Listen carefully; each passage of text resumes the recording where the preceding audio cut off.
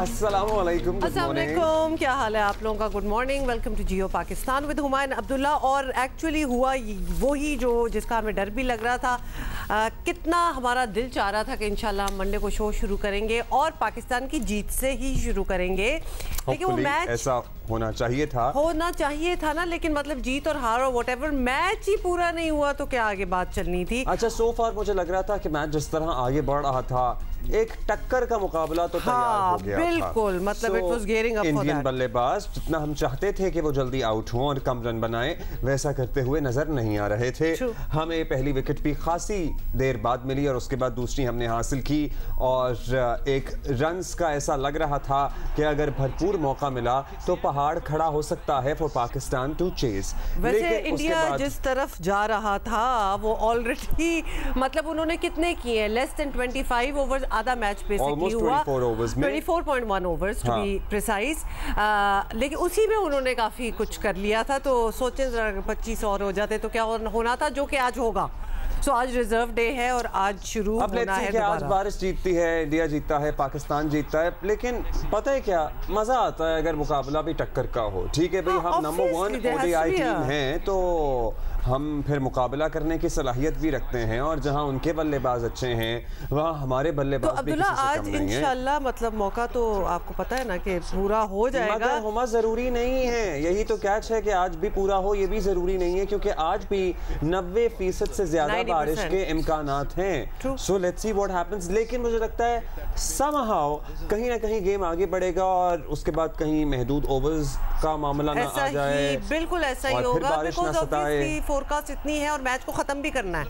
अब ideal time तो कोई हो नहीं सकता कि जी उस दिन करा लेंगे। अच्छा, I know of you people जिन्होंने मैच देखना शुरू किया लेकिन थोड़ी देर बाद फिर उन्होंने मैच नहीं देखा। तो अच्छा, इवन बिफोर द बारिश Who are these people? A few of our friends. उन्होंने कहा कि यार ये तो हालत जरा अच्छी नहीं लग रही हमें अपने लिए, इसलिए हम नहीं ये स्ट्रेस ले सकते, आगे चलकर देखेंगे क्या होता है। तो in case you missed it तो आप परेशान ना हो, अभी तक मैच बेनतीजा है। सो हम आपको बता देते हैं कि कल हुआ क्या है। अच्छा जी, तो फिर अब आज से दोबारा जहां सिलसिला का रुका था वो आज से दोबारा शुरू हो जाएगा। कैसा कोई रिलेशनशिप की बात लग रही है ना? हाँ, रिलेशनशिप्स वैसे कम ही होते हैं ऐसे कि अगर रुक जाए तो दोबारा शुरू हो, वो दोबारा नहीं शुरू होते। अब टू बी ऑनेस्ट हो जाए तो बेवकूफ़ी होती है, चलनी बात। ये भी एक अनयूजुअल चीज़ ही है। ऑब्वियसली इंडिया पाकिस्तान मैच इतना बड़ा होता है कि इन्होंने, this is by the way the only match, the only contest जिसके लिए एक रिजर्व डे है, वरना हर मैच के लिए कोई रिजर्व डे नहीं रखा हुआ, सिर्फ इसी मैच के लिए था। महंगी हो गई है और उतनी ही ज्यादा चीनी है जिसमें। अच्छा, भी मैंने पिया नहीं है, सो आई डोंट नो।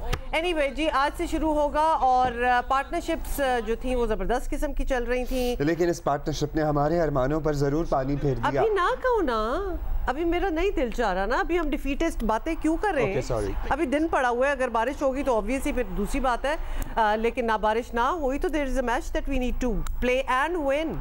या फैसला हुआ कि मैच जहां पर रुका आज वहीं से दोबारा शुरू होगा। बारिश से पहले 24.1 ओवर्स का खेल हुआ। भारतीय ओपनर्स ने कल पाकिस्तानी बॉलर्स को मुश्किल में डाले रखा। सेंचुरी पार्टनरशिप बनाई। पहली विकेट के लिए पाकिस्तानी बॉलर्स को 121 रन का इंतज़ार करना पड़ा और जो हमारे इनके ओपनर्स थे 58 और थे रोहित 56 रन बनाकर आउट हुए। भारत ने 2 विकेटों पर 147 रन बना लिए थे।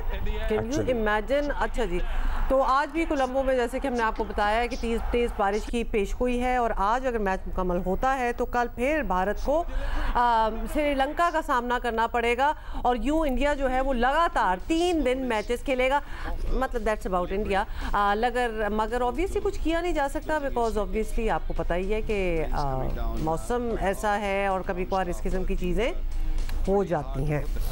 ओके, चलें जी, इस पे बात भी कर लेते हैं। द क्वेश्चन इज, तो हमारे बैटर्स की फिर बारी नहीं आएगी and we do not want that. लेकिन द क्वेश्चन इज कि ये कल मैच रुक जाना और आज दोबारा से शुरू होना, नोइंग कि इंडिया किस तरफ जा रहा था, is it good for us और bad for us? So that is something that we need to ask हम पूछ लेते हैं ना अपने एक्सपर्ट से। साबिक कप्तान कौमी क्रिकेट टीम मोइन खान हमारे साथ मौजूद हैं। मोइन भाई, थैंक यू।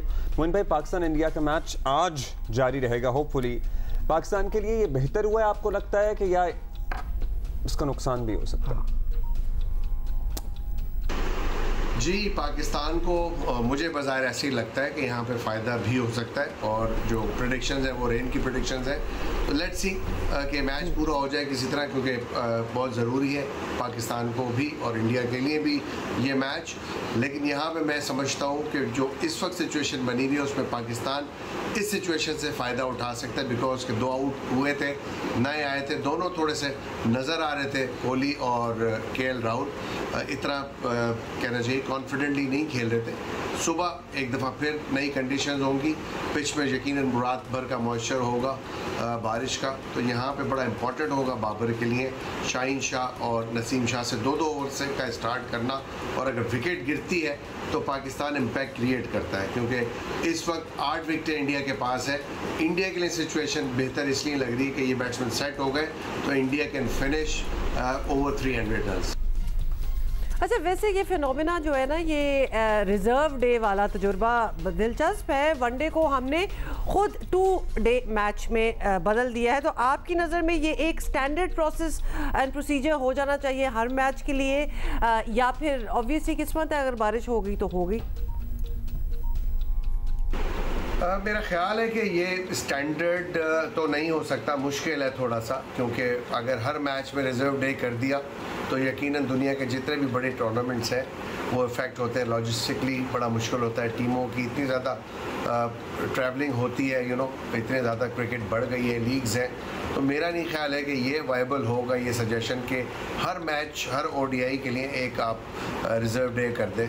बट इस टूर्नामेंट को लेके अगर पाकिस्तान इंडिया का रिज़र्व डे किया तो मैं समझता हूँ कि उन टीमों के साथ ज़्यादती हुई है जो श्रीलंका और बांग्लादेश की टीमें, उनके मैचेस के लिए भी आपको रिज़र्व डे रखना चाहिए था अगर आप सुपर 4 में रिज़र्व डे क्रिएट कर रहे थे।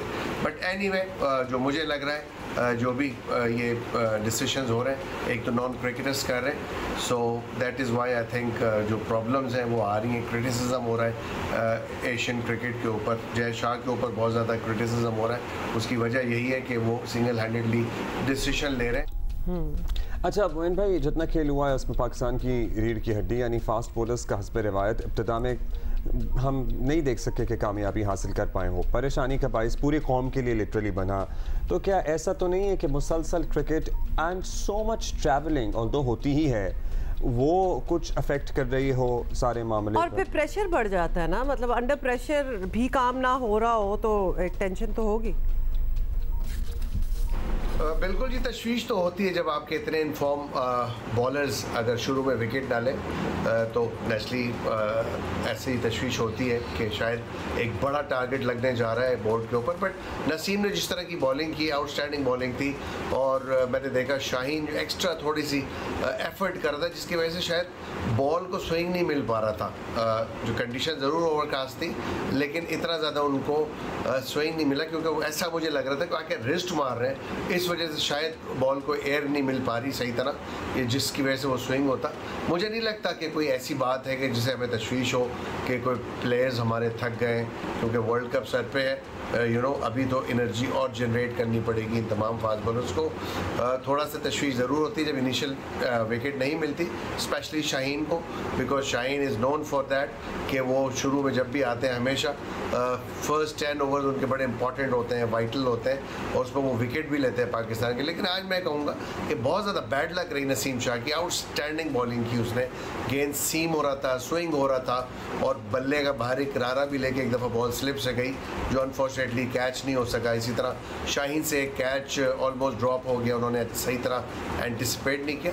तो मुझे पाकिस्तान की बॉलिंग के ऊपर बिल्कुल कॉन्फिडेंस है, और मुझे कहीं भी ऐसा नहीं लग रहा बॉडी लैंग्वेज से कि ये बॉलर थके हुए हैं या कहना चाहिए कि फटीग हो गए।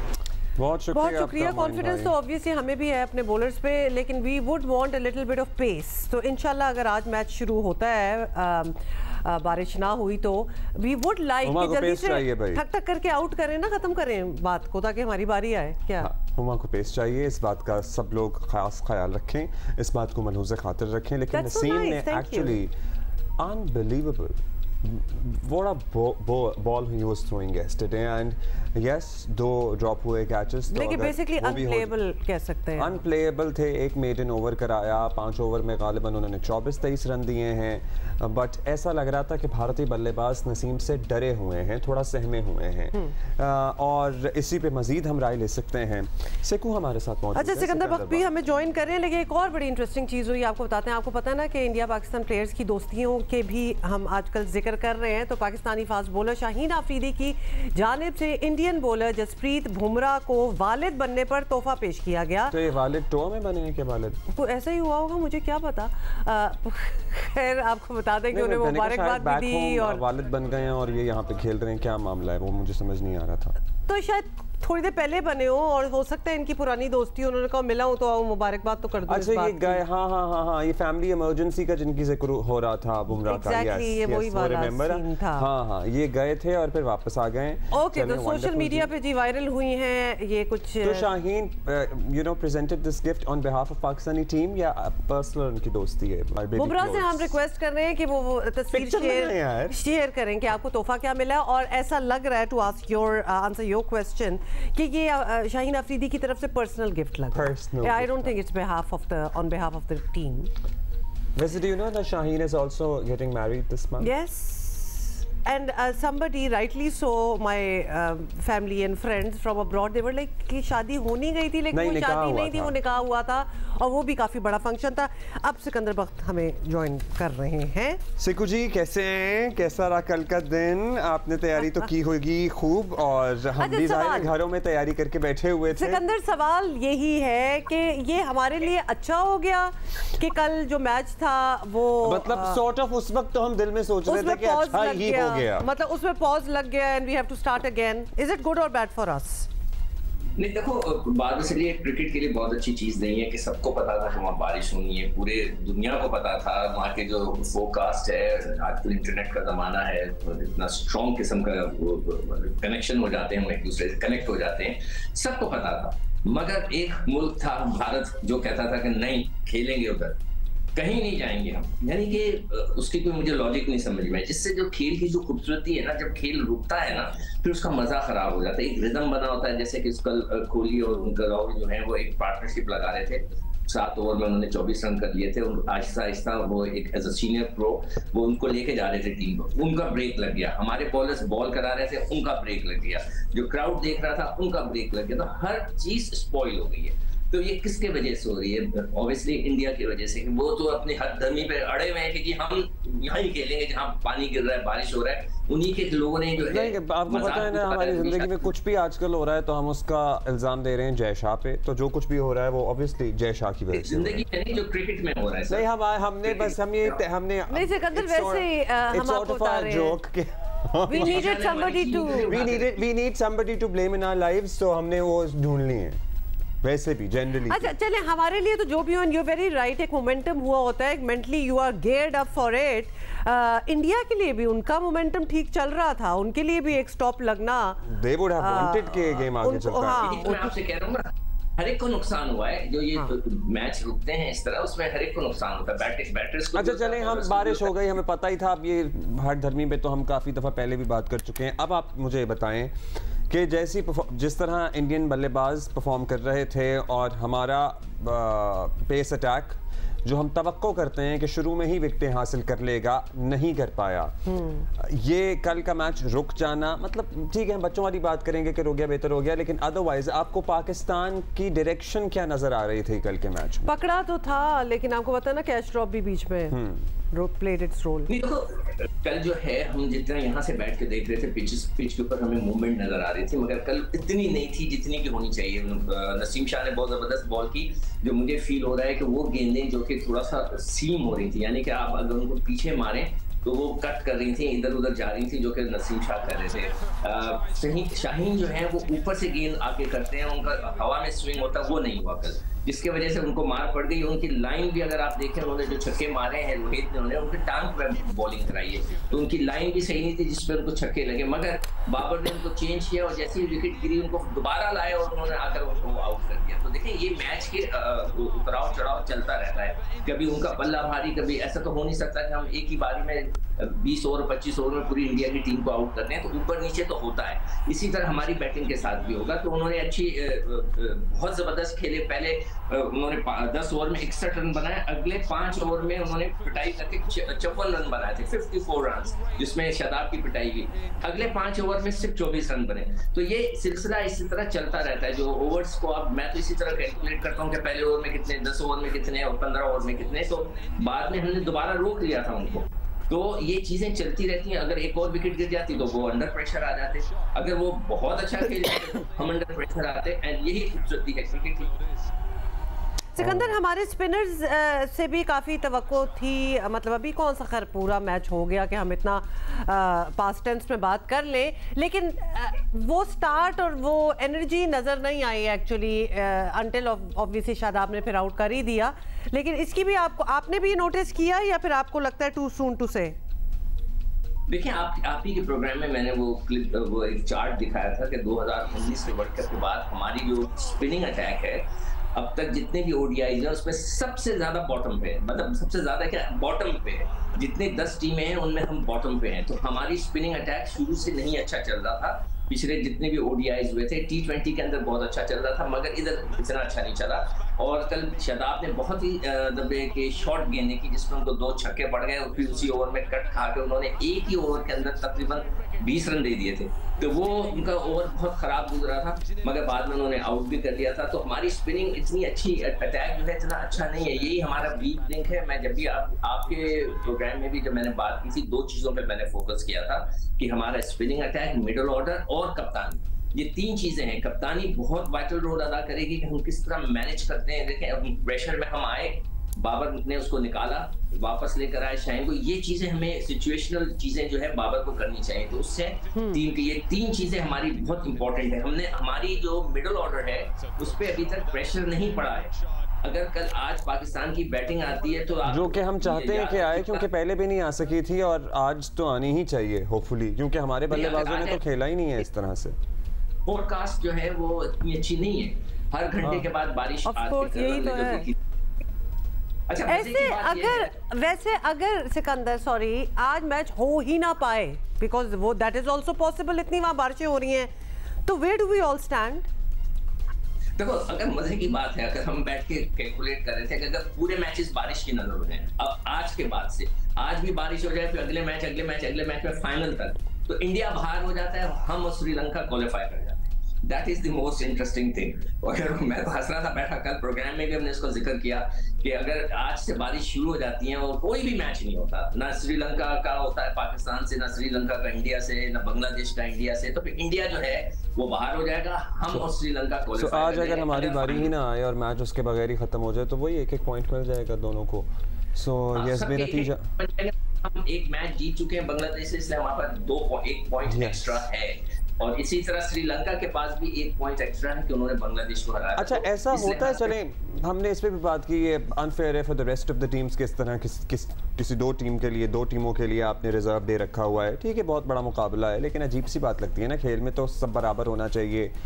लेकिन ये ब्रेक लग जाना और आज दोबारा से खेल का शुरू होना, होपफुली अगर बारिश ना हो, तो बाबर और तमाम लड़कों को रिफ्लेक्ट करने का टाइम मिल गया होगा। और कल जो कि हुआ, हो सकता है कि उस पर कोई स्ट्रैटेजी बनाई हो कि भाई अगर आज मैच होता है तो फिर हमने ये नहीं करना है या ये करना है। नहीं, बिल्कुल किया होगा, ये वक्त मिल जाता है। टेस्ट क्रिकेट के अंदर ये बहुत होता है। टेस्ट क्रिकेट 5 दिन की होती है ना, तो उसके अंदर तो हमें वक्फे मिलते रहते हैं। तो 5 दिन हमारे पास होते हैं कि उस पे पता नहीं ना, इसको पता नहीं ओडीआई कहना चाहिए कि नहीं, क्योंकि अजीब सी बात है तो ओडीआई। लेकिन अब ये है कि Pakistan needs to win another match to regain its spot as the number 1 ODI team, क्योंकि अभी फिलहाल तो ऑस्ट्रेलिया है।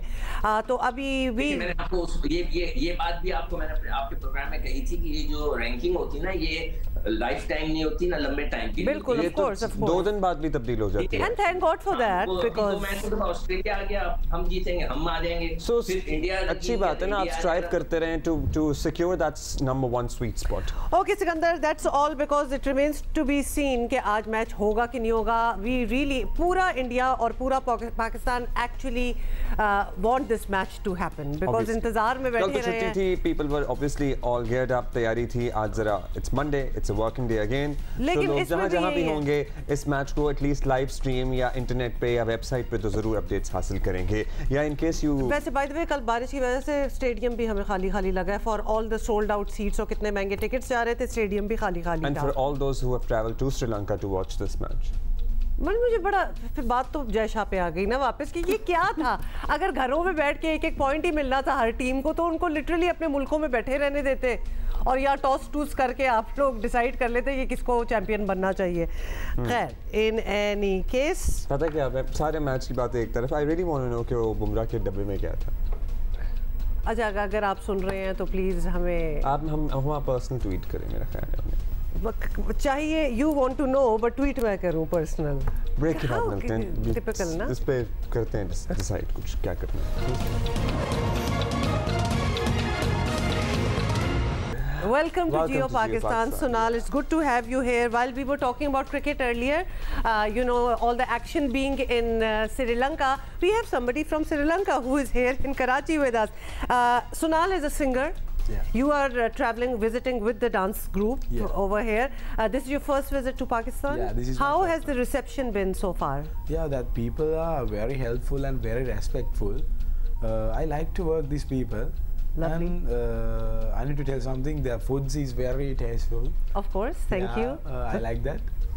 So okay, lovely. Right, खाना बड़ा अच्छा लगा इनको हमारा, ये हमें अच्छी बात लगी. Kind of similar. So are there any other similarities that you spotted in Karachi, between Karachi and any other Sri Lankan city? Between the artists, between the artist and the environment, and you know how the city looks like. Yeah, I met I not much people. I not met much people.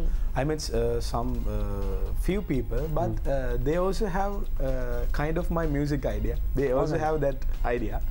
So how do you define your music idea? Yeah, I think we have that Hindustani music. So normally Sri Lankan people learn that. Sri Lankan people know, and lots of. Have you also learned it? Yeah, I learned it. I am a Visharad of tabla. I'm a tabla player also. Okay. You're nice. a tabla player. Yeah, as well. I can play tabla. Wow, that's and quite I did an art. Visharad exams also. And normally. So tabla is usually a part of Sri Lankan music or not? I'm intrigued to know. It is a part of that Indian music, and that so. Sri Lankan singers also use tabla in their songs. Sorry? Sri Lankan singers also use tabla in their songs as an instrument, as a sound. Yeah. All right. How lovely. Okay. Also, let me translate a little bit. बता रहे हैं कि singing भी करते हैं और तबला भी बहुत अच्छा बजाते हैं और ट्रेंड भी हैं हिंदुस्तानी क्लासिकल म्यूजिक में. और सबसे अच्छी बात हमें ये लगी, ब्रेक में हम बात कर रहे थे, द वॉइस श्रीलंका के क्वार्टर फाइनलिस्ट भी रहे हैं. जिस तरह हमारा पाकिस्तान आइडल होता था ना, और दुनिया में हर वर्जन होता है उस मुल्क में. उसको कुछ भी नाम दे दें तो वहाँ भी ये परफॉर्म कर चुके हैं. Okay, Sunal, very briefly, if you could explain this program that you have brought to Karachi, where there are dancers, you have your singing part. What is it about? It's about that there are several dance items called different concept. Okay. Because that dance theme is very popular in Sri Lanka. They are professional dancers. They are really well trained. Okay. And we're also seeing that on screen. Is that traditional Sri Lankan dance? Yeah. This is traditional Sri Lankan dance, but I think it has some small fusions also. Okay. Yeah. So, and it was a dance like this in the background of which you are singing. Yeah. All right. No, not I'm singing. This is a individual dance. Okay, this is different. And then you have another performance. Yeah. You know, we are going to kill the surprise here, and we are going to ask Sunal to sing a little bit so that we can hear that sound. You also sang Pasuri.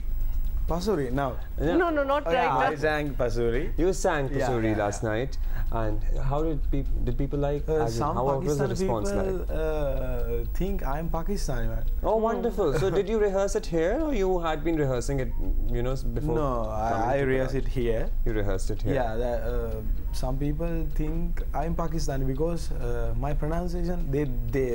They told me my pronunciation is good.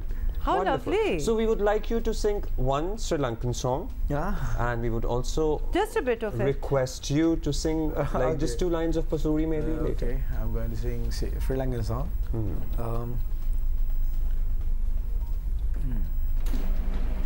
Sihinama vannati ahasa usata taniyama lang venna ai samaharu dura ඇහෙන දකින දේවල් කොතරම් තිබුණද හිතට දැනෙන දේවල් ඇයි මෙතරම් බර සිරවෙලා නැවතිලා නැතිනම් සීමාවට නිදහසේ ඉගිලිලා යමු එකරැනක. How lovely. Now tell us the meaning. Tell us a little bit. It's, I think, that mean. Is it a love song? Not love song. Not love song. That I can't tell in English. Oh, that's very deep that you cannot. No, it's like a free bird. All right. People can't. Freedom, independence. Yeah, independence. Wonderful. So how lovely. अच्छा theme लगा है हमें और आवाज़ भी बड़ी अच्छी. So a little bit of Pasuri, if you can sing 2 lines of it for us. अगलावा मजबूरी नू आन जानती पसूड़ी नू जहर बने हाँ तेरी पी जावा मैं पूरी नू आना सी नहीं आया दिल बाग बाग मेरा टकराया कागा बोग दस जावे पावा ग्योदी चूरी नू रावाच बावाच उनुल कावा कोई मैनू ना लोके. बहुत अच्छा, very nice, and actually people are right. Your Urdu is great. If you were singing that way, we would speak to you in Urdu, thinking that you are Pakistani, because that was very nice. Lovely. How? But I can't understand Urdu. It's okay, but I'm sure. I don't know if you understand, but you sang it really well. You sang it very well. Thank you very much. Okay, so how long are you here, and how many programs, so that we can tell people to go see?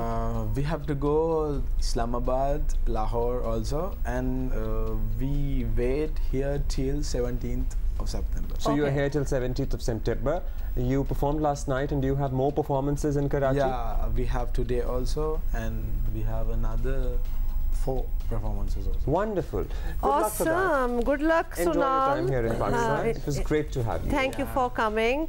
Lovely जी, देखिए आवाज़ अच्छी होना, कोई भी ज़बान का गाना गा रहे हो तो आपको पता चल जाता है, और इन्होंने जब श्रीलंकन अपनी लैंग्वेज में भी गाया है, हमें पता था कि लड़का सुर में, हाँ सुर में है, और ऑब्वियसली द वॉइस के में भी इन्होंने पार्टिसिपेट किया, और जब पसूड़ी गाया तो फिर हमें यकीन हो गया कि और अभी रिलेटिवली नए सिंगर हैं ये, इन्होंने अभी अभी अपना करियर शुरू किया है इन श्रीलंका. अच्छा जी, अब we have to move on. एक ब्रेक भी लेनी है. ब्रेक से पहले आपको पता है कि दिल का रिश्ता एक सिलसिला जो है वो हमने शुरू किया हुआ है, जिसमें आपको शादी को किस तरह कामयाब बनाया जा सकता है उसकी कुछ बड़ा ही मुश्किल सवाल है. इट्स सो रिलेटिव ना, मतलब किसी के लिए क्या काम करे शायद दूसरे के लिए वो काम ना करे, लेकिन कुछ मोटी मोटी चीजें होती हैं, फाउंडेशंस जो हर किसी की ऑलमोस्ट एक जगह. और फिर भी आप पता नहीं किसी खुशबाश कपल से भी पूछे, उनसे पूछें कि आपकी शादी कामयाब है, तो वो ये कहेंगे कि हाँ हमारी शादी कामयाब है. कह देंगे लोग, कहते हैं कामयाबी इन शादी. सुने भाई, और हम ब्रेक ले रहे हैं. दिल का रिश्ता टॉक फेसबुक ग्रुप पे निदा हमें रावलपिंडी से पूछती हैं कि मेरी शादी होने वाली है दिसंबर में, और ये कम्प्लीटली अरेंज है, लेकिन चूँकि पाकिस्तान में डिवोर्स रेट बहुत बढ़ रहा है, तो मैं ये जानना चाहती हूँ कि हमारी शादी कैसे देर तक कायम रह सकती है.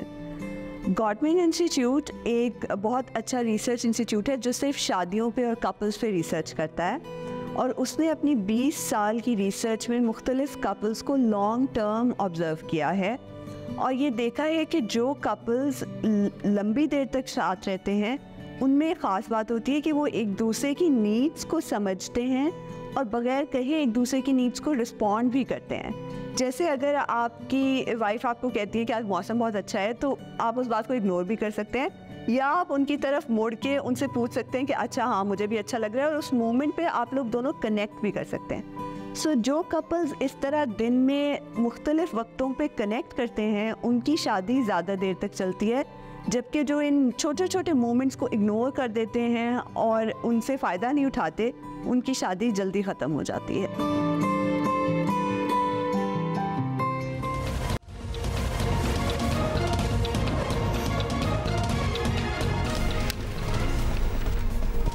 Welcome back जी, good morning once again. अच्छा जी, आपको बताएं कि कराची में स्ट्रीट क्राइम पुराना ऑब्वियसली मसला तो है ही है, जो कि वक्त के साथ साथ अब संगीन होता जा रहा है और शहर को अमली तौर पर डाकुओं ने यरगमाल बना लिया है। कुछ ऐसे इंसिडेंट्स होते रहते हैं ना, जो कि हमें लगता है कि instead of things getting better वो और बुरी ही होती जा रही हैं। पीपल्स पार्टी की सिंध हुकूमत 10 साल तक कराची से डाकुओं के खात्मे के दावे तो करती रही, लेकिन हालात बेहतरी के बजाय मज़ीद बदतर हो गए और शहरियों को लूटने के साथ साथ जान से भी मारे जाने लगे हैं। और हाल ही में आपको बताएं निगरान हुकूमत आई तो सिंध के वज़ीर दाखिला ब्रिगेडियर रिटायर्ड हारिस नवाज़ ने पहले ही दिन वाज़े कर दिया कि स्ट्रीट क्रिमिनल्स का खात्मा उनकी तरजीह है, और साथ ही ये भी कहा कि जराइम पेशा अफराद को हर गेज़ जो है वो बख्शा नहीं जाएगा। ये सुनकर ऑब्वियसली, लेकिन ये सुनकर हमें उम्मीद तो चले हुई थी, लेकिन थोड़ी ही देर के लिए हाँ कि भाई इस नासूर का कुछ इलाज हो सकेगा, लेकिन फिर सिंध के निगरान वज़ीर दाखिला ने ज़रा हमें हैरानी हुई कि एक मशवरा दिया जिससे सबको हैरत में डाल दिया, बड़ा वायरल हुआ, जिसमें उनका कहना था कि शहरी फ़ोन जेबों में रखें, मतलब ऊपर वाली जेब में ना रखें, नीचे अंदर वाली जेब में रखें। सर अंदर वाली जेब में रखें तो आपको seriously, on a very serious note, आपको ये किसने कहा है कि जो लूटने आएगा वो आपकी इधर वाली जेब में से फ़ोन नहीं लेके जाएगा? या फिर मतलब इससे पहले लोग इस तरह करके फोन हाथ में रख के ऐसे करके फिरते थे। देखिए वो छीनने की वारदातों की और बात कर रहे हैं। इतने लोग कराची में अब वो नेचुरल उनको पता है कि किस तरह से एक्ट करना है when they are out in the streets.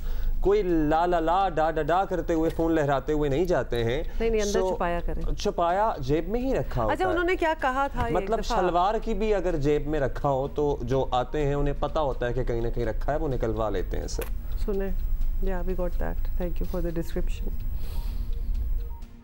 एक तो सिंपल बात है, प्लीज़ इंश्योर कि आप खुद भी अपनी हमारी मदद करें। सिक्योर योर मोबाइल्स, ऐसी जगह रखें, अगर आपने पॉकेट के अंदर की साइड रखेंगे चोरी नहीं होगा, अगर पॉकेट में डालेंगे तो चोरी हो जाएगी। सुन लिया आपने? तो अब हुआ ये कि शहरी जो है इस बयान के आफ्टर शॉक से, चोरी और छीना झपटी में फ़र्क होता है। एक होता है डाक जो गन पॉइंट पे, वैसे भी आपसे कौन, बहुत ही कम ऐसे इंसिडेंट होते हैं कि आप चलते जा रहे हैं आपका फ़ोन ऐसे कोई ले गया।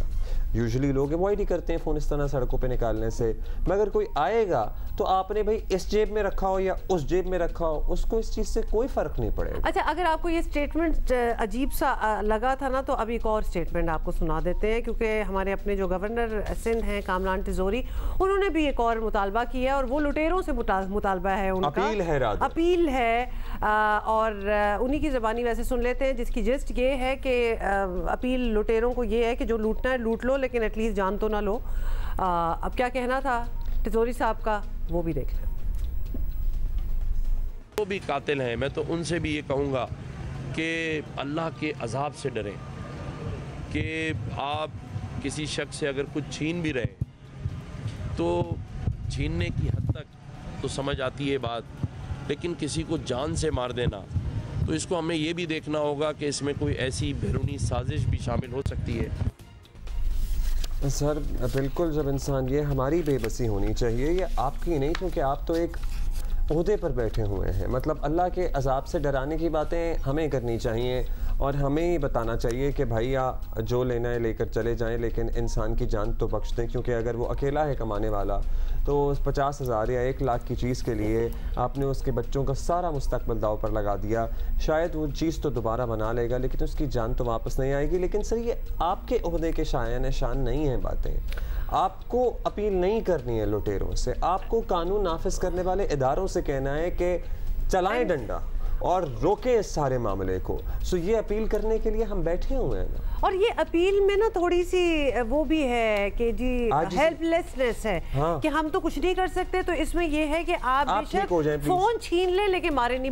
नंबर 1 छीने भी क्यों, मतलब अपील ही करनी है तो कोई डंडा होना चाहिए ना जिसमें कि how dare you steal anything from us, तो थोड़ी सी ये बात होनी चाहिए। दूसरा ये अब्दुल्ला, काश के इस शहर का हर शहरी जो है ना प्रोटोकॉल के साथ फिर सकता है, क्योंकि जो लोग प्रोटोकॉल के साथ फिरते हैं, no offence to anybody specific, naturally उनको रियलिटी का, आई एम सॉरी टू से, उस तरह अंदाज़ा नहीं होगा, because you will always feel protected.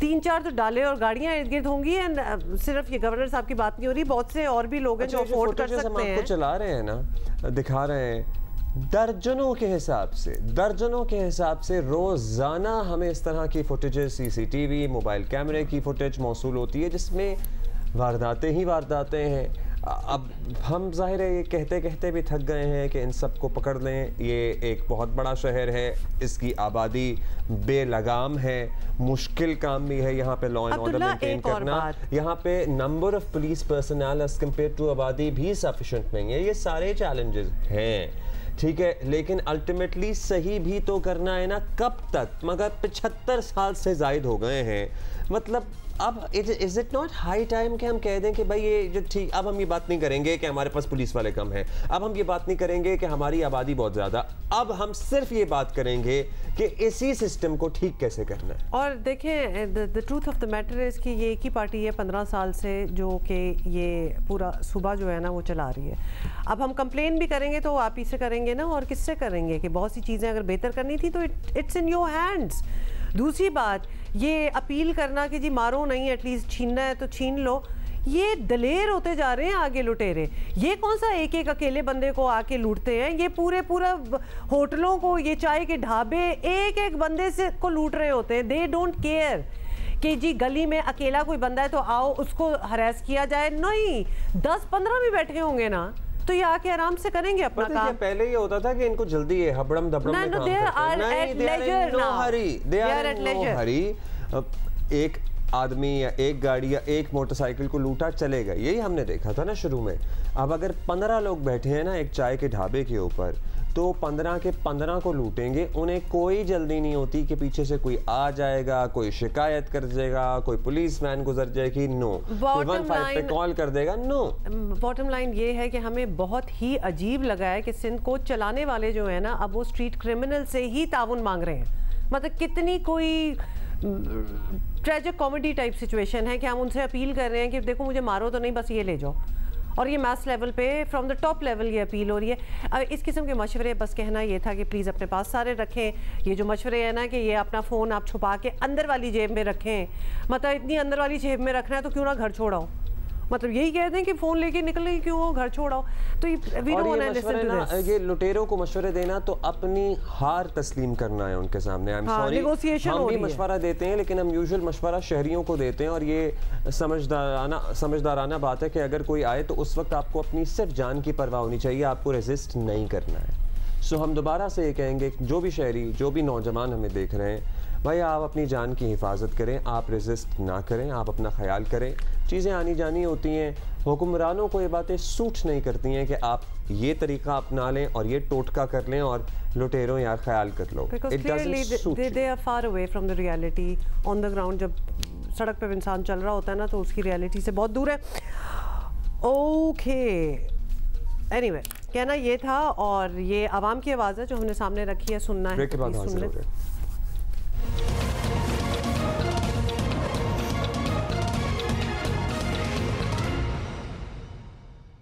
अस्सलाम वालेकुम एंड वेलकम बैक। अच्छा जी, इन द ब्रेक हम दोबारा ट्विटर एक्स जो है उस पर चले गए और हमने देखा कि लोगों के क्या तासुरात हैं regarding the match, because that is definitely on everybody's mind. वो बात ये हुई ना कि वो कल मैच नहीं हुआ तो वीकेंड वो उस तरह क्लोज नहीं हुआ ना। हमें एक क्लोजर चाहिए ज़िंदगी में कि इस मैच का क्या बनेगा। क्लोजर ना होना मामलात में तो ज़रा मूव ऑन करना तो मुश्किल होता है। बड़ा मुश्किल so we are looking for that closure today। आज सेकेंड डे जो रिजर्व किया गया था मैच के लिए, क्या हो सकता है, क्या होना चाहिए था, कल की परफॉर्मेंसेस से हम क्या सीख कर आज कर या नहीं कर सकते सकते।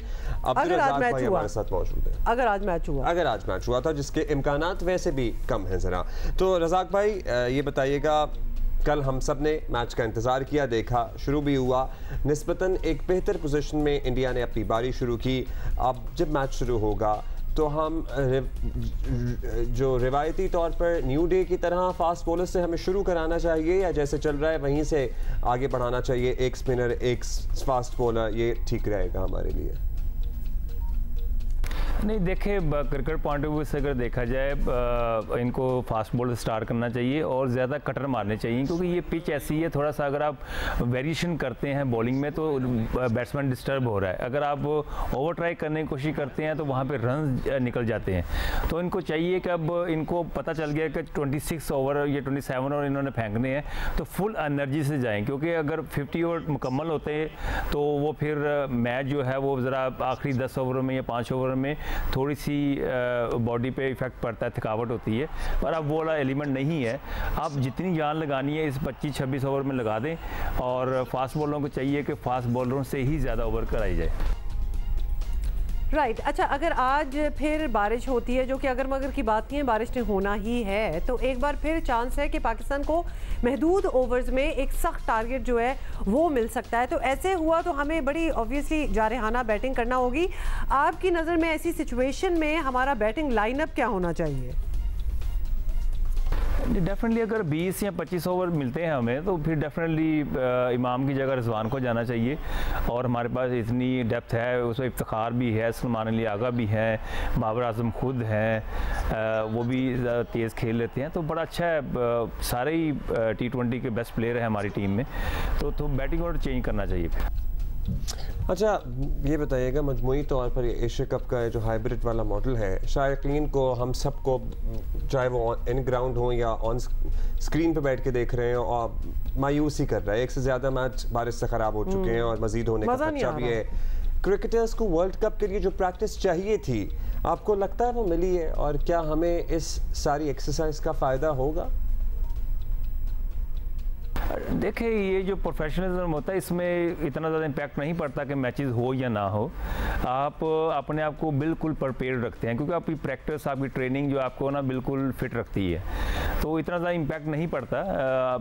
ये एशिया कप ख़त्म होगा उसके बाद भी आपके पास 2-3 वीक्स हैं, उसमें आप प्रैक्टिस मैचेस खेल सकते हैं, हम ट्रेनिंग वगैरह कर सकते हैं, तो वर्ल्ड कप के लिए तैयार हो सकते हैं। तो आई डोंट थिंक सो। बस यही है कि अगर एशिया कप पाकिस्तान जीतता है तो वो जो कॉन्फिडेंस है वो वर्ल्ड कप में लेके जाते हैं। वो जो कॉन्फिडेंस है वो फिर वर्ल्ड कप में हमारे लिए एक मोरल बूस्ट का काम करेगा, हमें एक किक देगा जो हमें चाहिए अगर हम एशिया कप जीतते हैं तो। हाँ, लेकिन यही तो बात। Thank you so much by the way for speaking to us. लेकिन बात तो यही है ना, एंड उस वर्ल्ड कप से पहले वाला जो एक टूर्नामेंट है वो इतना घसीट के चल रहा है और इतना डिससेटिस्फाइंग है, आई एम सॉरी, कि एज ए व्यूअर हमारे लिए डिससेटिस्फाइंग है, तो सोचो प्लेयर के लिए क्या हाल होगा। अच्छा, अब देखते हैं कि आज क्या होता है और आज क्या होगा। इसके लिए सोहेल इमरान के पास हमें जाना पड़ेगा, जो हमारे साथी हैं, कोलंबो में मौजूद हैं। सोहेल भाई, कल की निस्बत आज मौसम कैसा नजर आ रहा है और आज की फोरकास्ट क्या बता रही है? अब्दुल्ला, जब मैं आपसे बात कर रहा हूँ उस वक्त तो तेज धूप निकली हुई है। जी, we can see that and clear sky too. जी, लेकिन अतराफ में अगर मैं नजर दौड़ाऊं तो वहां पर भी काले बादल मौजूद हैं। प्रेडिक्शन के मुताबिक इस वक्त वेदर है, क्योंकि सुबह 8:30-9 बजे तक बारिश की प्रेडिक्शन की गई थी, जो रात के से शुरू हुई थी, हल्की बूंदाबांदी थी, लेकिन होती रही है पूरी रात 8:30-9 बजे तक। उसके बाद बारिश का सिलसिला थमा, अब धूप निकली हुई है। दोपहर 1 बजे से मजीद इसी तरह का खुशगवार मौसम कह सकते हैं आप। धूप निकलने के हवाले से बस तो वो ज्यादा होगा। अभी 11 बजे से एक स्पेल और आने वाला है, उसके बाद 4 बजे के बाद फिर मुसलसल बूंदाबांदी का सिलसिला रहेगा। ये 2-3 जो वेदर की वेबसाइट्स हैं, मैं उनका एनालिसिस करके आपको बता रहा हूँ। फतेह सोहेल, मैं सोच रहा था आप क्रिकेट के मामलात पे तो नजर रखते ही हैं, लेकिन आप बाय द टाइम वापस आएंगे आप वेदर एक्सपर्ट बन चुके होंगे। आप नेट ऑफिस में भी आपको बड़ी जबरदस्त। सबसे मजे की बात यह है कि एक वेबसाइट की दूसरी वेबसाइट के साथ बेशक जितनी भी नामी गिरामी है वर्ल्ड ओवर चल रही है, उनकी प्रेडिक्शन दूसरे के साथ नहीं मिलती, लेकिन गुज़िश्ता रोज जो 8 बजे के बाद वाले स्पेल की प्रेडिक्शन की गई थी उसके ऊपर सब का इत्तेफाक था कि बारिश होगी और वैसा ही हुआ। लेकिन आज भी जैसा कि मैंने आपको टाइमिंग्स बताई हैं, इसका मतलब है कि मैच जो है वो मुतासर हो सकता है। और ये भी है, अगर प्रेडिक्शन के मुताबिक हम चले तो हो सकता है कि मैच आज हो ही ना पाए, क्योंकि जिस तरह का वेदर फोरकास्ट आफ्टरनून में बताई जा रही है ऐसा ही है। और आप फोरकास्ट प्रेडिक्शन की बात कर रहे हैं तो हम तो इधर बैठे अपनी एक दूसरे हम एप्स डिस्कस कर रहे होते हैं तो वो नहीं मैच करती हैं। अच्छा एनीवे, आप ये बताएं कि आपकी हमारे प्लेयर्स से किसी से मुलाकात हुई है, कोई बातचीत हुई है, कोई मोरल, क्योंकि हम अगर इधर फ्रस्ट्रेट हो रहे हैं बैठे हुए कि मैच नहीं हो रहा तो खेलने वाले का क्या हाल होगा? जी कल चूंकि मैच डे था और आज भी मैच डे, और मैच डे वाले दिन खासा मुश्किल होता है कि प्लेयर्स के साथ इंटरेक्शन हो। लेकिन परसों हमारी बात हुई थी इमाम उल हक के साथ, उसी दिन मोहम्मद रिजवान से बात हुई, बाबर आजम ने प्रेस कॉन्फ्रेंस की थी, तो वहां पर मैंने उनके वेदर के ही हवाले से क्वेश्चन किए थे कि कितना आपके लिए डिप्रेसिंग है, क्योंकि आपको इंतजार रहता है कब मैच शुरू हुआ कब। वो कहते हैं जो हमारे चीज हाथ में नहीं है हम उसके बारे में नहीं सोचते, हमारे हाथ में है कि जब हमें खेलने का मौका मिले तो हम अच्छा खेल पेश करें। यही तीनों का एक कहना था। मेरा ख्याल है उनके ऊपर फर्क नहीं पड़ता, इतने वो प्रोफेशनल हैं। डेफिनेटली कभी फील्ड में आना, कभी बाहर जाना, जैसे हम फ्रस्ट्रेट हो रहे होते हैं। कल 2 इंस्पेक्शन हुई, फिर कहा गया कि 8:30 बजे होगी, फिर 9 बजे मैच शुरू हो सकता है। जो ही इंस्पेक्शन खत्म होती है और साथ ही बारिश शुरू होती है और मैच को जो है मुअत्तल कर दिया जाता है। इसी तरह हमें फ्रस्ट्रेशन होती है, डेफिनेटली उन्हें होती होगी, लेकिन वो इतना उसको इजहार नहीं करते या बताना नहीं चाहते कि वो कितने डेस्परेट हैं कि मैच शुरू हो और अपना खेल आज का आज ही खत्म करें, कल को रेस्ट करें। आप देखें इंडिया की टीम कल भी ग्राउंड में थी, इंडिया ने आज भी ग्राउंड में होना है। कल उनका श्रीलंका के साथ जो है वो मैच है, तो बैक टू बैक वो अपने मैच खेल रहे होंगे। लेकिन पाकिस्तान टीम के लिए अच्छी बात यह है कि पाकिस्तान को अगले आने वाले दिनों में रेस्ट मिलेगा। उसने अपना आखिरी मैच श्रीलंका के साथ 14 सितंबर को खेलना है। अच्छा, कल की क्या प्रेडिक्शन है? आज तो एक तो ये भी बता दीजिए, अगर आधा मैच होता है नहीं हो पाता तो क्या ये भी फिर इम्कानात हैं ऑब्वियसली कि कुछ महदूद ओवर करके कोई टारगेट दे दिया जाए, वो भी हो सकता है। दूसरा ये कि कल श्रीलंका का बड़ा इम्पोर्टेंट मैच है, तो वो हो पाएगा? उसके बारे में मौसम क्या इजाज़त देता हुआ नज़र आ रहा है? अब्दुल्ला, अगर इस वक्त हम 17 सितंबर तक की अगर प्रेडिक्शन अगले 6-7 रोज की उसको देखें और उस पर बात करें तो वहां पर रोजाना की बुनियाद के ऊपर 80 से 90% बारिश जो है वो शो हो रही है। लेकिन उसके औकात कार जो हैं वो तब्दील होते रहते हैं, कोई सुबह के वक्त हो जाती है, फिर दोपहर के वक्त, फिर रात के वक्त, लेकिन मुसलसल बारिश नहीं है। लेकिन रोजाना की बुनियाद के ऊपर 80 से 90% जो बारिश है वो ना सिर्फ कल बल्कि 17 सितंबर तक शो हो रही है मुख्तलिफ वेदर की वेबसाइट्स पर। तो फिर ये भी एक सवाल बनता है कि 17 सितंबर तक अगर बारिश शो हो रही है, अगर आने वाले दिनों में कोई भी मैच नहीं हो पाता तो पॉइंट्स टेबल पर क्या सूरत हाल बनती नजर आ रही है?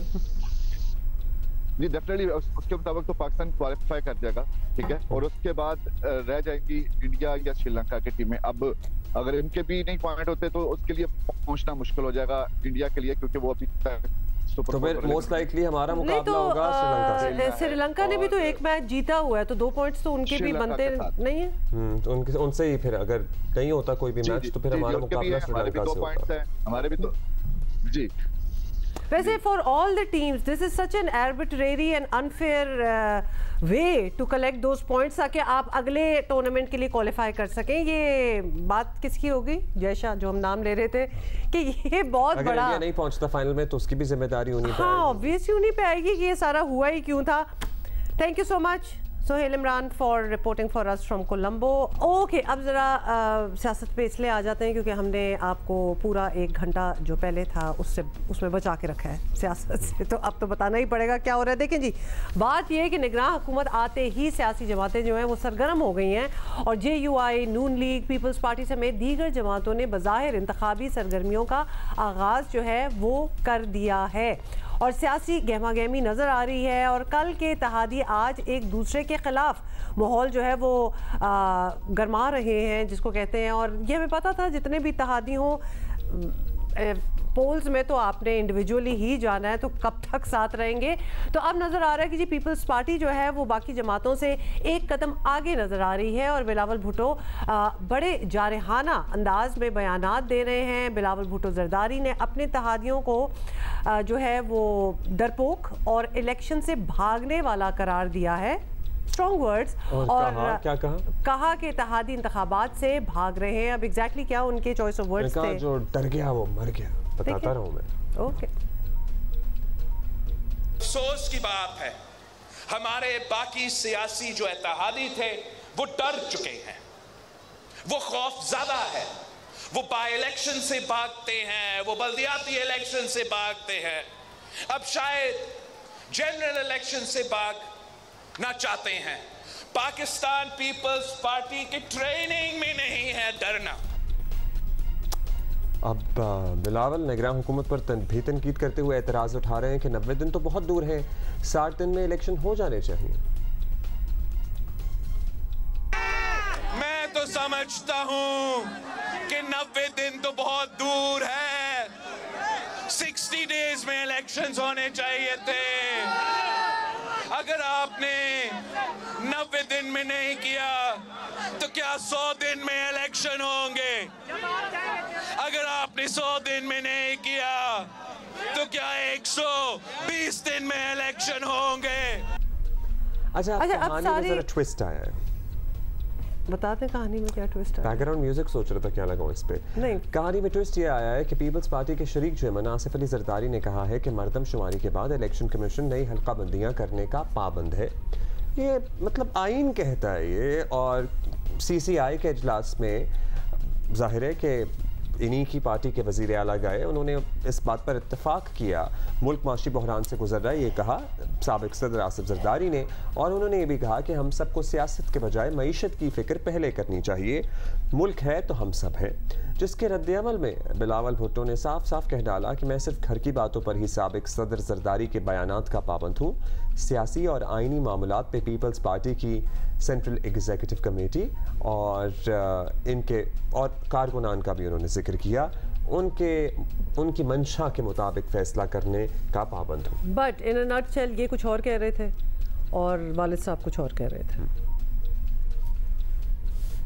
घर के मामलों में मैं सदर जरदारी साहब की बातों पे पाबंद हूँ। जहाँ तक सियासी बातें हैं और जहाँ तक आइन की बात है और जहाँ तक पार्टी पॉलिसी है, तो मुझे अपने कारकुन के और अपना पार्टी सेंट्रल एग्जीक्यूटिव कमेटी के जो फैसले हैं उन पे पाबंद हूँ। अच्छा, फिर अब इशारा मिलना चाहिए ना, उसके बाद खबर तो खुद ही बन जाती है। ऑब्वियसली फिर अब यही हुआ। आपको पता है कि फिर इन्होंने ये कहा और जरदारी साहब सीनियर ने कुछ और कहा, तो बात तो फिर ये हो गई कि पीपल्स पार्टी की क़यादत में इख्तलाफात हो गए हैं। इस किस्म की बातें भी उठना स्टार्ट हो गई और लग रहा है कि आसिफ जरदारी और बिलावल भुट्टो इलेक्शन के मामले में एटलीस्ट एक पेज पर नहीं। बहरहाल बिलावल का इलेक्शन की डिमांड करना ऑब्वियसली जायज़ है, लेकिन जिस तरह वो इलेक्शन की तारीख के हवाले से अपने मतलब ऑब्वियसली अपने पे से जिम्मेदारी हटा रहे हैं बेसिकली, वो ज़रा समझ से बालातर बात हो रही है। क्योंकि मुश्तरका मफादात काउंसिल ने जब मरदमशुमारी की मंजूरी दी तो उसमें पीपल्स पार्टी भी शामिल थी, अगर आप लोगों को याद हो। तो अब आके उसको डिस्कार्ड कर देना, जानते नहीं थे कि मरदमशुमारी की मंजूरी होगी तो इलेक्शन कमीशन नई हल्का बंदियों का पाबंद होगा, या आइन में दर्ज है। इसके अलावा ये बात भी रिकॉर्ड पर है कि जब असेंबलियां तोड़ने का मामला आया था तो पीपल्स पार्टी थी जिसने मुकर्ररा वक्त से पहले असेंबली तोड़ने की तजवीज़ दी थी ताकि इलेक्शन 60 के बजाय 90 रोज़ में हो। अब समझ नहीं आता कि इन बातों का क्या मकसद है, या फिर यही अस्यूम कर लें कि आवाम की याददाश्त इतनी कमज़ोर है कि पहले तो कुछ और होता रहा, लेकिन ऑल्दो ये सारा हुए भी अभी 15 दिन हुए हैं, वो भूल जाएंगे। अच्छा जी, सीनियर सहाफ़ी तजियाकार मज़हर अब्बास साहब हमारे साथ हैं और ये जो समझ नहीं आ रही ना वो समझाएंगे। मज़हर साहब, ये क्या हो रहा है? क्योंकि 90 दिन में इलेक्शन की डिमांड बिल्कुल मुनासिब तो है, कई सियासी जमातें कर रही हैं ये डिमांड, और इस वक्त सबसे ज़्यादा ज़ोर शोर से वैसे जो बोल रहे हैं वो हैं बिलावल भुट्टो साहब अबाउट दिस डिमांड। तो ये तक कहते हैं कि उनके इत्तेहादी इलेक्शन से डर गए और पीपल्स पार्टी जो है वो नहीं डरती। पीपल्स पार्टी को जल्द इलेक्शन में अचानक इंटरेस्ट क्यों आया है एकदम से? देखिए, वैसे तो पीपल्स पार्टी को पहले जब पीपल्स पार्टी ने ये मरदमशुमारी का CCI में मरदमशुमारी के लिए गई, और होना तो ये चाहिए था कि पीपल्स पार्टी को शुरू से ये जोर देना चाहिए था कि 60 रोज़ में, माफ़ कीजिएगा, 60 रोज़ में इलेक्शन हो जाएं और वक्त पे जो है वो डिज़ोल्व करनी चाहिए थी, लेकिन ज़ाहिर है वो PDM के साथ इत्तेहादी थे। अब पीपल्स पार्टी को ये खदशा हो रहा है कि इलेक्शन की ताख़ीर में जो है उन्हें नुकसान होगा, क्योंकि अगर 90 रोज़ में इलेक्शन होते हैं तो पीपल्स पार्टी को ये नज़र आ रहा है कि ना सिर्फ ये कि वो रूलर सिंध में जो है वो स्वीप कर जाएंगे, बल्कि उन्हें ये भी जो है एतमाद है कि शायद वो कुछ शहरों में जो है वो ज़्यादा बेहतर परफॉर्मेंस करें। अगर उनके लोगों से बात करें तो वो 7, 8 यहाँ तक कि 10 सीटों तक की बात कह रहे हैं, जो कि हो सकता है कि मुबालगा आ रही हो, लेकिन अभी भी उनके पास 5 कौमी असम्बली की नशिस्तें हैं कराची में, तो वो उनको उम्मीद ये है कि हम डेफिनेटली 7+ पर जाएंगे। तो इसलिए शायद पीपल्स पार्टी ज़्यादा जोर दे रही है कि 90 रोज़ में, क्योंकि उससे ताख़ीर होती है तो उनको ये खदशात हैं कि ये जिस तरीके से ट्रांसफ़र पोस्टिंग हो रही हैं, जिस तरीके से नैब को एक्टिव करने की कोशिश की जा रही है, तो शायद वो टारगेट बन सकते हों। ये एक बड़ी वजह हो सकती है, इसलिए पीपल्स पार्टी ज़्यादा जोर दे रही है कि 90 रोज़ में इलेक्शन। और ज़ाहिर है उन्हें सिंध से आगे कोई बहुत बड़ी कामयाबी नहीं नज़र आ रही, चाहे पंजाब हो या खैबर पख्तूनख्वा हो या बलूचिस्तान, इसलिए वो जोर दे रहे हैं कि इलेक्शन को 90 रोज़ से ज़्यादा आगे नहीं बढ़ाया जाए, और उसका ज़ाहिर है वो सियासी फ़ायदा भी उठाने की कोशिश कर रहे हैं। अच्छा मदर साहब, बिलावल साहब के बयानात और उनके वालिद के बयानात में तज़ाद तो है जो अपनी जगह, लेकिन एक चीज़ पर पूरी पार्टी मुत्तफ़िक है कि गुज़श्ता हुकूमत के किसी काम की ज़िम्मेदारी नहीं लेनी। मतलब ये ही मौक़िफ़ अपनाया जाए, ऐसा लगता है हमें उनके बयानात से कि हम तो साइलेंट पार्टनर्स थे, जो हुआ जो भी गलत हुआ मुस्लिम लीग नून ने किया। आपको लगता है कि वोटर ये बात मान लेगा? देखिए, वोटर ये बात माने ना माने, वोटर्स इतना गौर नहीं करते, लेकिन असल चीज़ ये है कि ये अगर वो ये कर रहे हैं जो कि बज़ाहिर नज़र आता है, तो वो अपने आप को बरी ज़िम्मा नहीं करार दे सकते उन 16 महीनों में जो कुछ हुआ ना, जो सूरत हाल माशी सूरत हाल हुई है उससे वो अपने आप को बरी ज़िम्मा करार दे सकते हैं, क्योंकि पीपल्स पार्टी उस इत्तेहाद का हिस्सा रही है। पीपल्स पार्टी के वज़रा रहे हैं, ख़ुद बिलावल भुट्टो ज़रदारी जो है वो वज़ीर ख़ारजा रहे हैं, नवीद कमर साहब वज़ीर रहे हैं, और उनके लोग वज़ारत। तो पीपल्स पार्टी ये नहीं कह सकती कि जी ये चीज़ जो है इसकी ज़िम्मेदार नून लीग है और इसकी ज़िम्मेदार फला पार्टी है। मेरा ख्याल है PDM प्लस पीपल्स पार्टी, क्योंकि पीपल्स पार्टी बहरहाल PDM का हिस्सा नहीं है लेकिन हुकूमत का हिस्सा रहे हैं, तो वो ये नहीं कह सकते। ये कहेंगे तो मेरा ख्याल है बहुत ज़्यादा कन्विंसिंग नहीं होगा कि वो अपने आप को इस पूरे क्राइसिस से जो 16 महीने में हुआ, जो कुछ भी हुआ, उससे अपने आप को बरी ज़िम्मा करार दे सकते हैं। और जो नून लीग और उनके दरमियान एक तनाव हमें नज़र आ रहा है, और पीपल्स पार्टी के अंदर बिलावल भुट्टो का एक मौक़िफ़ नज़र आता है, आसिफ अली ज़रदारी का थोड़ा सा मुख्तलिफ मौक़िफ़ नज़र आता है। ये याद रखें कि ये कोई आज की कहानी नहीं है, ये बिलावल भुट्टो और आसिफ ज़रदारी साहब के मौक़िफ़ में बहुत पहले से मुख्तलिफ राय पाई जाती हैं। जब बिलावल भुट्टो को लॉन्च किया गया था उस वक्त से, और बीच में फिर आहिस्ता बिलावल भुट्टो को कई मरतबा जो है पीछे हटा दिया गया, फिर उनको एक्टिव किया गया। अब बिलावल भुट्टो अपने आप को असर्ट कर रहे हैं, लेकिन वो ये कह कर नहीं बरी ज़िम्मा हो सकते कि जी हम जिम्मेदार नहीं हैं, इत्तेहादी जिम्मेदार हैं। वो सब के सब जिम्मेदार हैं जो पिछली हुकूमत का हिस्सा थे।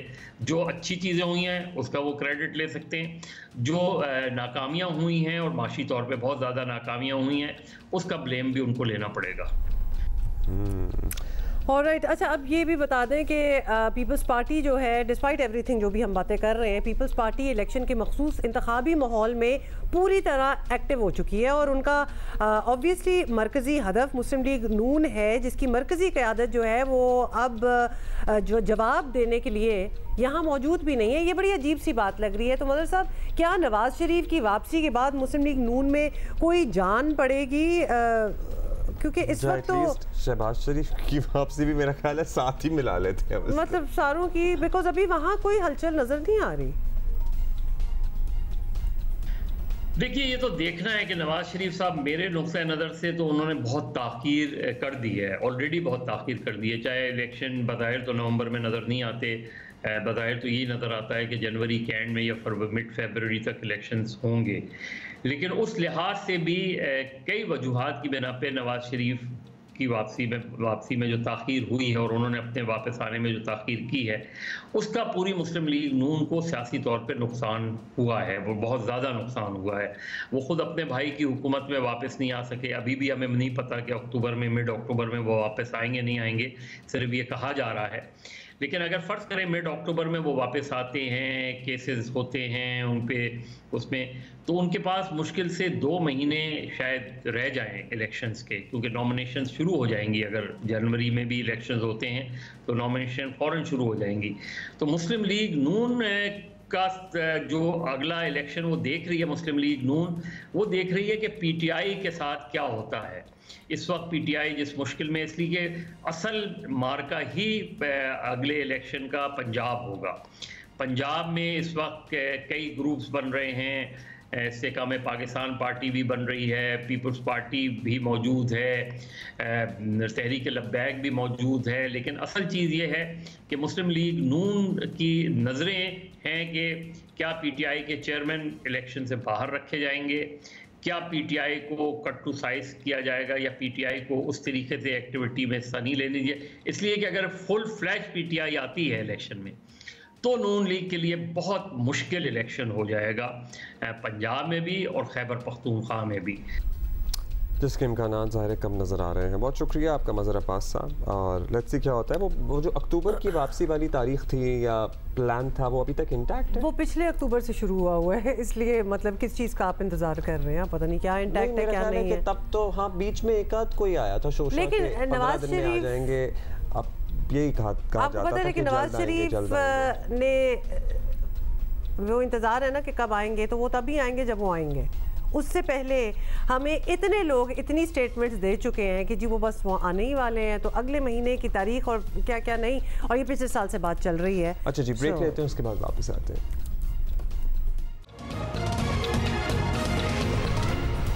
अच्छा, एक बड़ी क्यूट सी आपको चीज़ दिखानी है, in case you guys missed it. Colombo में जब इंडिया पाकिस्तान मैच के दौरान मौसम ख़राब हुआ ना, तो हवा भी बड़ी तेज़ थी और ऑब्वियसली पिच को उन्होंने कवर करना था, तो ग्राउंड स्टाफ को पिच ढांपने में मुश्किल काफ़ी हो रही थी। ऐसे में पाकिस्तानी टीम के ओपनर फ़खर जमान आ गए मैदान में और उन्होंने भी ग्राउंड स्टाफ के साथ कवर जो है वो लाने और ढांपने में और ऐसे नहीं, बस ऐसे एक हल्का सा हाथ नहीं बटाया, नहीं भाग दौड़ की, ही वाज देयर, उन्होंने पूरा कवर लगाया उनके साथ मिलके। मतलब he was also very concerned कि इसको सही रहना चाहिए। हाँ। और जो कि ऑब्वियस उनके फैंस को बहुत अच्छी लगी उनकी बात। हवा भी चल रही है, बारिश भी, इसके पीछे वो आजकल वो वायरल हुआ है ना, सलमा आगा का पुराना नहीं है, फजा भी है। हाँ, बड़ा अच्छा है, क्या था? हवा भी है, रवा रवा समथिंग। हाँ, बड़ा खूबसूरत लग सकता है वैसे। अच्छा गाना वैसे ही आजकल आपको बड़ा याद आ रहा है। हाँ, you know it has been redone and it's nice। अभी हम आगे बढ़ेंगे और आपको पता ही है डॉलर बिल्कुल बेकाबू था, चीनी हमें महंगी मिल रही थी या तो मिल नहीं रही थी, और भी बहुत से मामला थे, लेकिन ऐसा लग रहा है कि रियासत ने अपनी रिट कायम करने का फैसला किया है और मुल्की सतह पर स्मगलरों, बिजली चोरों के खिलाफ बड़े पैमाने पर क्रैकडाउन जारी है, जिसके नताइज भी चंद रोज़ में लिटरली सामने आना शुरू हो गए हैं। चीनी की कीमत कम आई है, डॉलर ज़रा नीचे आया है, रुपया स्टेबल नज़र आ रहा है, और अब ये लग रहा है कि ईरानी पेट्रोल की स्मगलिंग में भी वाज़े कमी आई है, क्योंकि वहाँ भी हाथ डालना जिसे कहते हैं ना, और डॉलर भी जिन्होंने होल्ड किया हुआ था उन पे भी क्रैकडाउन हो रहा है। अच्छा, निगरान वज़ीर दाखिला का क्या कहना है इस हवाले से, ज़रा ये भी देख लें। रेस्ट श्योर कि पूरी स्टेट जो है वो state is now against those who are involved in these illegal practices. There is zero tolerance about both. ना हम टॉलरेंस करेंगे कोई स्मगलिंग पे और ना कोई टॉलरेंस होगी ज़ख़ीरा अंदोज़ी पे, होल्डिंग्स पे। वो किसी भी चीज़ की होल्डिंग इंक्लूडिंग डॉलर्स, जिन लोगों ने डॉलर्स होल्ड किए हुए उनके लिए भी ये मैं बता दूं कि इंटेलिजेंस एजेंसीज को हमने लगाया है और we will not spare anyone. Just a few facts. उन्होंने भी कहा है कि 60 अरब रुपए से ज़ायद का नुकसान हो रहा है। ईरानी तेल की स्मगलिंग से होने वाली आमदनी दहशतगर्द इस्तेमाल करते हैं। मनशियात बनाने और बेचने वालों के खिलाफ भी भरपूर कार्रवाई की जाती है। सो ये सारी बातें भी हुई हैं और ये भी हुआ कि मनशियात चाहे हमारे यहाँ उगाई बनाई जा रही हों या फिर अक्रॉस द बॉर्डर किसी और मुल्क से आ रही हों, वो लोग तो ज़ाहिर है मनशियात का पैसा मनशियात से बना रहे हैं ना, तो वो अगर ऊपर दे के डॉलर भी खरीदते थे और स्मगल करके ले जाते थे, उन्हें क्या? लेकिन ये जो रिट अब यूज़ की जा रही है, इंतज़ार क्यों था? मतलब ये भी बहुत बड़ा सवाल तो बनता ही। आरिफ हबीब साहब हमारे साथ हैं, बिजनेसमैन हैं उनके। बिल्कुल आरिफ साहब, सबसे पहले तो यही बता दें कि ये डॉलर, चीनी, पेट्रोल, हम सब कुछ जिसका जिक्र कर रहे हैं, सब कंट्रोल से बाहर था। फिर रियासत ने रिट जो है वो नाफिज की, स्मगलिंग पर क्रैकडाउन किया, तो ऑब्वियसली फिर रिजल्ट आपके सामने ही है जो निकला है। तो अब ये कार्रवाई इसी तरह चलती रहे, और ये पहले क्यों नहीं हो रहा था? स्मगलिंग का कोई दोबारा ना सोचे। हाँ, दोबारा ना सोचे, ये कैसे मुमकिन होगा? ये एडमिनिस्ट्रेटिव मेजर से जो है ये पॉसिबल है, और ये लॉ एनफोर्समेंट एजेंसीज जो हैं इनकी जिम्मेदारी है। और जब भी ये इस किस्म का क्रैकडाउन हुआ है और इस किस्म की जो है वो हमारी लॉ एनफोर्समेंट एजेंसीज ने उसका इरादा किया है, तो उसके अच्छे नताइज हमने देखे हैं। और अभी रिसेंटली भी हमने जो है वो ये देखा है। तो मुझे लगता है कि ये जो चीफ ऑफ आर्मी स्टाफ की जो कमिटमेंट है, वो कमिटमेंट उनको चाहिए कि उसको सस्टेनेबल बनाएं और इंश्योर करें कि ये अच्छे तरीके से जो है उसकी इन्फोर्समेंट हो। तो डेफिनेटली आई थिंक ये मामला जो है वो अच्छे चलते रहेंगे। अच्छा आरिफ साहब, ज़रूरी नहीं है वैसे, आप क्या समझते हैं कि इससे पहले जो स्मगलिंग होती रही है, माफियाज ने लिटरली अरबों डॉलर बनाए हैं, माल बनाया है, कुछ वहाँ भी नज़र डाली जाए, कोई कार्रवाई की जाए, बिजनेसमैन कम्युनिटी हामी होगी? जी बिल्कुल, आई थिंक उनको डेफिनेटली जो है उनकी अकाउंटेबिलिटी जो है वो होनी चाहिए, ताकि लोग जो है वो आइंदा डरें इसके ऊपर, क्योंकि उन्होंने बहुत सारे जो है वो पैसे बना लेते हैं तो वो और मजबूत हो जाते हैं और फिर वो कोशिश करते हैं कि जो लॉ एनफोर्समेंट एजेंसीज के एहलकार हैं उनको खरीदने की कोशिश करते हैं और उनको भी जो है उसमें अपना पार्टनर बनाने की कोशिश करते हैं। तो उन एहलकारों पे भी जो है वो अच्छी निगरानी होनी चाहिए और वो लोग जो इसमें मुलविस हैं, बहुत सारी चीजें जो है ना थोड़ी सी इसमें जो ये कहते हैं कि भाई हमारे वहाँ उनके पास कोई रोजगार नहीं होता तो हम जो है वो दूसरी तरफ देखते हैं इस सिलसिले में। आई थिंक उससे जो है वो बहुत ज्यादा इकोनॉमी को जो है वो नुकसान होता है। इससे अच्छा तो ये है कि उनको आप जो है वो बेनजीर इनकम फंड में जो है वो डोनेशन दे दें, लेकिन ये है कि ये इस तरह की जो है स्मगलिंग मुल्क के लिए बहुत ज़्यादा नुकसानदेह साबित होती है। अच्छा, सरमायाकारी में सहूलतकारी पर खुसूसी काउंसिल बनाई गई है, माफियाज के खिलाफ क्रैकडाउन भी हो रहा है। आवाम को उम्मीद है ऑब्वियसली कि इससे महंगाई कम होगी और बिजनेसमैन समझते हैं कि अब कारोबार जो है वो रिलेटिवली आसान होगा, इन्वेस्टमेंट भी आएगी। फौरी तौर पर फ़ायदा कैसे उठाया जाएगा, ये बताइए।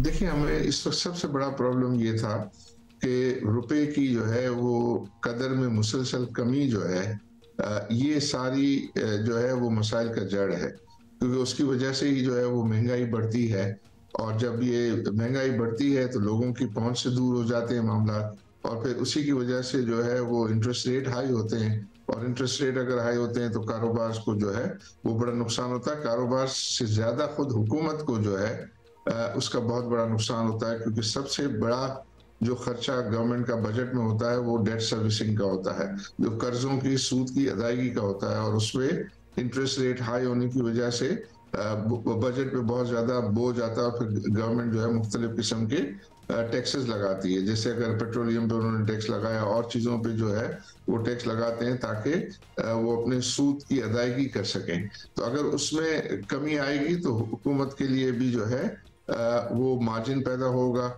और उनके ऊपर से उनके फाइनेंसिस पे जो है वो प्रेशर कम होगा।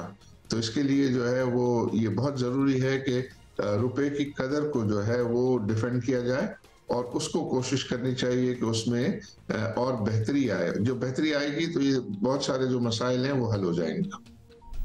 बहुत शुक्रिया आपका आरिफ हबीब साहब, मारूफ ताजर, मारूफ बिजनेसमैन हमारे साथ मौजूद थे। अभी हम बात करेंगे असफ़र अहसन साहब से, जो कि farmer state minister for investment हैं। बहुत शुक्रिया असफ़र साहब। असफ़र साहब, हमारा टारगेट तो सर्टनली यही है कि पाकिस्तान में पैसा आए, बातें भी वैसे हम बचपन से सुन रहे हैं, इन्वेस्टमेंट हो, जो हालिया इक़दाम हैं इनसे फ़र्क तो पड़ रहा है, ये दूसरा इशू है। लेकिन महंगाई आपको पता ही है आवाम के बस से बाहर हो चुकी है और ये भी इत्तलात हैं कि पॉलिसी रेट बढ़ाया जा रहा है। अगर ऐसा हुआ तो आपको क्या लगता है सरमायाकारी पर कैसा असर पड़ेगा? बेसिकली इन्वेस्टमेंट की जब हम बात करते हैं ना, तो पाकिस्तान 24 करोड़ की कंट्री है और 2047 में ये कंट्री का साइज 40 करोड़ क्रॉस कर जाएगा। हमारी FDI का जो इनफ्लो था फॉरेन डायरेक्ट इन्वेस्टमेंट का, वो अब से कुछ ज़माने पहले $3 बिलियन के अराउंड होता था। 2022 में ये गिर के $1.46 बिलियन पर आया है और अभी जो लास्ट 8 मंथ्स हमारे गुजरे हैं 2023 के, इस पे 77% का डिक्लाइन है।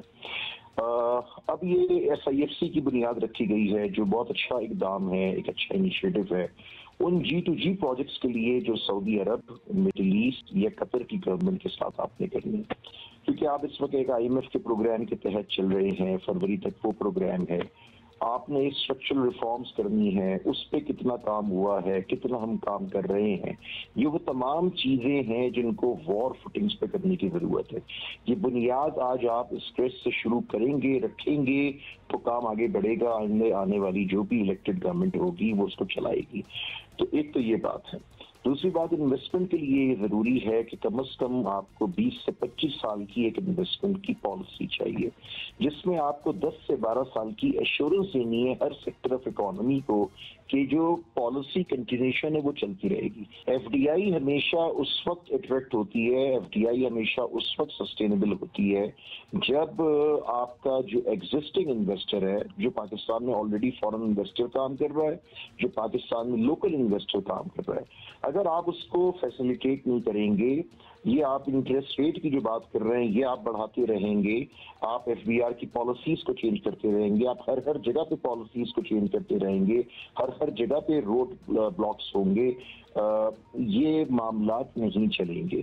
तो सबसे पहले स्टेट ऑफ पाकिस्तान को एक तो लॉन्ग टर्म पॉलिसी बनानी है, खुदा के लिए बनानी है, एक 10 से 12 साल की एश्योरेंस देनी है, और ये स्टेप बाय स्टेप होगा काम, ओवरनाइट नहीं हो, कहने से कुछ नहीं होगा।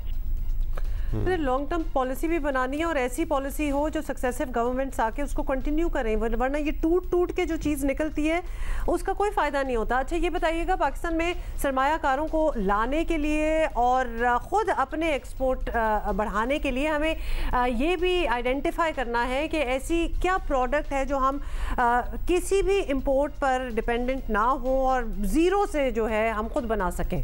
तो क्या कोई ऐसी चीज़ें हैं आपके दिमाग में जो आपने सोची हो कि ये we could do 100% on our own? तो हमारे बहुत सारी चीजें ना, हमारा तो देखिए जो पूरा एग्री का जो पूरा लैंडस्केप है वो सबसे क्लासिक है। इट्स एक्चुअली प्रोसेस, ये ओवरनाइट नहीं होगा, लेकिन एक चीज शुरू हो गई है उसे मैं अप्रिशिएट करना चाहिए, और उसमें जो ये सारे इदारे इनको कोलैबोरेट करना चाहिए। ये आपका एक है। फिर आपका टेक्नोलॉजी बहुत बड़ा एरिया है, टेक्नोलॉजी में आपका जो पोटेंशियल है, और डॉक्टर उमर साहब बैठे हैं IT मिनिस्टर हमारे जो बाकी IT प्रोफेशनल है, तो मैं समझता हूँ कि पाकिस्तान सॉफ्टवेयर हाउसेस एसोसिएशन बहुत अच्छा काम कर रहा है। हमारे वहाँ पे दोस्त जनरल सेक्रेटरी आए हैं नदीम मलिक साहब, तो ये लोग रियल इश्यूज पे फोकस कर रहे हैं। और मैं बड़ा खुश हूँ कि पहली दफ़ा पाशा में एक रियल फोकस पे काम हो रहा है और वो बहुत रियलिस्टिक उसमें हो रहा है। तो मैं ये समझता हूँ कि मल्टीपल एवेन्यूज हैं।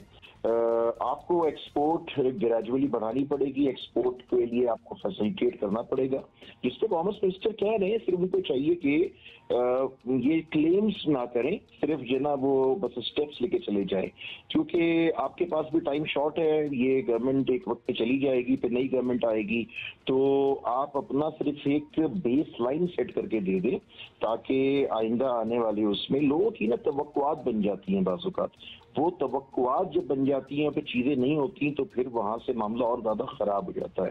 तो मैं ही समझता हूँ कि बहुत कुछ हो सकता है। जैसे जैसे डॉलर आपका नीचे आएगा ना, तो ऑटोमेटिकली आपकी चीज़ें खुद ब खुद निकलनी शुरू होगी। शुक्रिया आपका एहसन साहब। सर्टनली हमारा एग्री लैंडस्केप इतना ज़बरदस्त है, हमारे मिनरल्स, IT एंड मिनरल्स, या दैट्स ट्रू। मतलब ये हैं वो एवेन्यूज़ जहाँ कुछ किया जा सकता है। ब्रेक के बाद हाजिर होते हैं।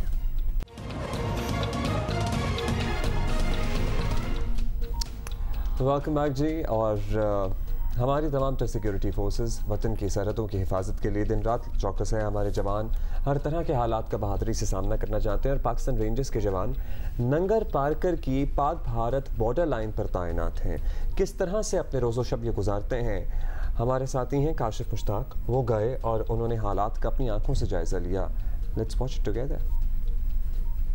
जी, नंगर पारकर की बॉर्डर लाइन पर हम मौजूद हैं और बॉर्डर लाइन पर पाकिस्तान रेंजर्स सिंध की जानिब से चेक पोस्ट कैसे बनाई गई हैं और ख़ास तौर पर बंकर्स कैसे बनाए गए हैं और इन बंकर्स को ऑपरेट किस तरह किया जाता है, इस हवाले से आपको बताएंगे मेरे कैमरामैन अदनान हैदर। सबसे पहले ये बंकर आपको दिखाएं। ये तो आपको एक झाड़ी नज़र आ रही होगी कि एक झाड़ी है और यहाँ कुछ भी मौजूद नहीं है, लेकिन आपको इस यकीनी तौर पर इसके अंदर भी लेकर जाएंगे और साथ साथ ये ज़मीन है इसके बिल्कुल लेवल पर है, इसी की सतह पर अंडरग्राउंड ये बंकर बनाया गया है। ये ऑपरेट किस तरह होता है और यहाँ काम जवान कैसे करते हैं, इस हवाले से यहाँ के ऑफिसर्स कमांडेंट हमारे साथ मौजूद हैं। हम इस वक्त अंदर मौजूद हैं, यहाँ से LOC भी देखेंगे ये कितनी दूर है, थोड़ा सा जो हमारी नफरी यहाँ लगाई जाती है किस तरह डिप्लॉयड किया जाता है, किस तरह मैसेज कन्वे किया जाता है अगर कोई मशकूक सरगर्मी यहाँ हो रही हो तो? यहाँ बेसिकली 2 इंडिविजुअल्स जो हैं वो डिप्लॉय होते हैं, जिसमें मशीन गन का नंबर 1 और नंबर 2 होता है। तो उनकी ड्यूटी 3 घंटे बाद रोटेट होती है।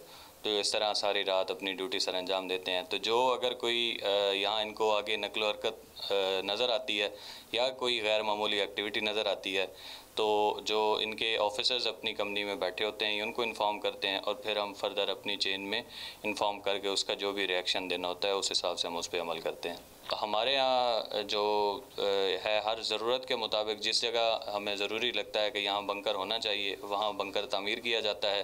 जो एरिया ज़्यादा सेंसिटिव लगता है कि यहाँ नकलो हरकत हो सकती है या उसके कोई मुमकिनात हैं तो हम उस जगह अपनी नफरी तैनात करते हैं और उस हिसाब से दुश्मन की नकलो हरकत पे कड़ी नज़र रखते हैं।